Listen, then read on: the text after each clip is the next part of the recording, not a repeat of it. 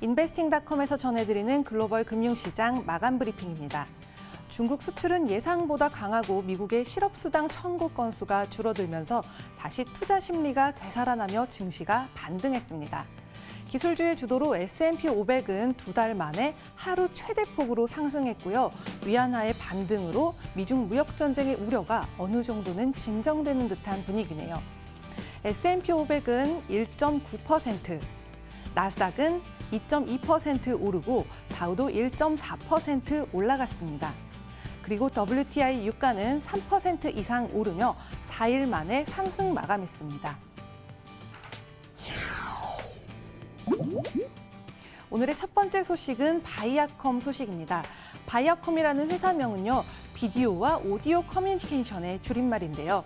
2006년에 설립된 바이아컴은 MTV와 코미디 센트럴, 니켈로디언 등의 케이블 네트워크를 소유하고 있는 미국의 복합 미디어 기업입니다. 바이아컴 소유의 마라파운트 픽처스는 2건의 대박 콘텐츠 개봉을 기다리고 있는데요. 먼저 올해 하반기엔 터미네이터 다크페이트를 공개할 예정이고요. 두 번째로는 1986년 톰 크루즈가 나왔던 탑건의 속편으로 탑건 매버릭을 내년 6월 개봉한다고 하네요. 그리고 올해 1월엔 무료 스트리밍 사이트인 플루토 TV를 매수했었죠. 그때 당시 월간 방문자 수는 1,200만 정도였는데 현재는 1,800만이라고 합니다. 바이아컴은 시장의 예상치를 뛰어넘는 분기 매출과 수익을 발표했습니다. 지난 5년간 쭉 하락세를 탔던 미국 내 광고 매출이 드문드문하게 신장됐기 때문인데요. 하지만 현재 진행 중인 CBS와의 합병 협상에도 별다른 언급은 없었습니다. 이에 바이아컴의 주가는 4% 가까이 상승했습니다. 다음은 비디오 스트리밍 기기 메이커 로쿠입니다. 재작년에 상장한 로쿠는요, 이용자들이 TV를 통해 영상을 스트리밍할 수 있는 기기를 판매하고 있죠. 이와 더불어 로쿠 채널의 광고와 TV 네트워크가 특정 고객층을 노리는 광고도 판매하고 있다는데요. 지난 몇 년 사이 특정 TV들을 사전에 확보한 테크 플랫폼으로 폭발적인 성장세를 보였습니다. 또 블룸버그 데이터에 의하면요, 아마존에서 가장 잘 판매되는 TV 20개 중 절반은 로쿠와 연동된 기종이라고 하네요. 많은 애널리스트들이 꼽은 로쿠의 가장 큰 강점은요, 바로 이건데요. 디즈니나 AT&T처럼 자체 스트리밍 서비스를 준비하고 있다는 겁니다. 로쿠는 무역 긴장과 거시경제적인 역풍, 그리고 전반적으로 유독 변동성이 심한 테크주의 거래 환경에도 불구하고 금년 들어 240%나 상승을 했습니다. 시장 마감 후 발표한 실적에서 주당 순손실이 시장 예상치인 23센트보다 훨씬 적은 8센트가 됐고요. 2분기에 새롭게 140만 계정을 추가했다고 합니다. 이에 주가는 21% 이상 올랐습니다. 이번에 소개할 기업은 차량 공유업체 리프트입니다. 오늘 장 마감 후 경쟁 기업인 우버의 분기 실적 발표가 예상돼서 모두가 관심을 갖고 있죠.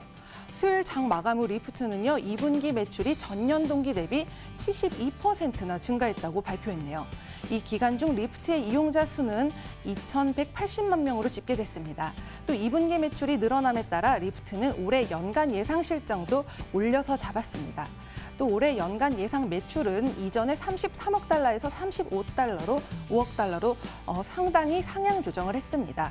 그러나 2분기 손실은 2억 6,420만 달러로 지난해 같은 기간에 4억 4,500만 달러 손실보다 그 폭이 훨씬 늘어났죠. 여기서 긍정적인 부분은요, 의외로 마케팅 비용이 지난해 대비 3%밖에 늘지 않았다는 점입니다. 이 주가도 기분 좋게 3% 상승했습니다. 이번에는 전체 시장의 상승 움직임을 보이는 가운데 하락한 주식을 살펴보겠습니다. 워렌 버핏이 투자한 케찹 회사죠. 바로 크래프트 하인즈입니다.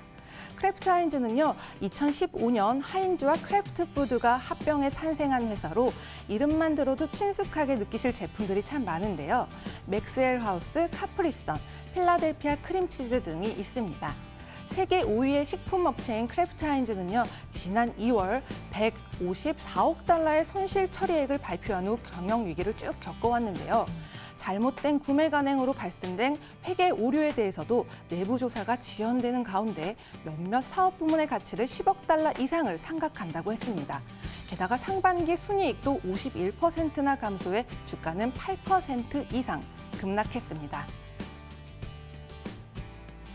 지금까지 인베스팅닷컴에서 전하는 글로벌 금융시장 마감 브리핑이었습니다.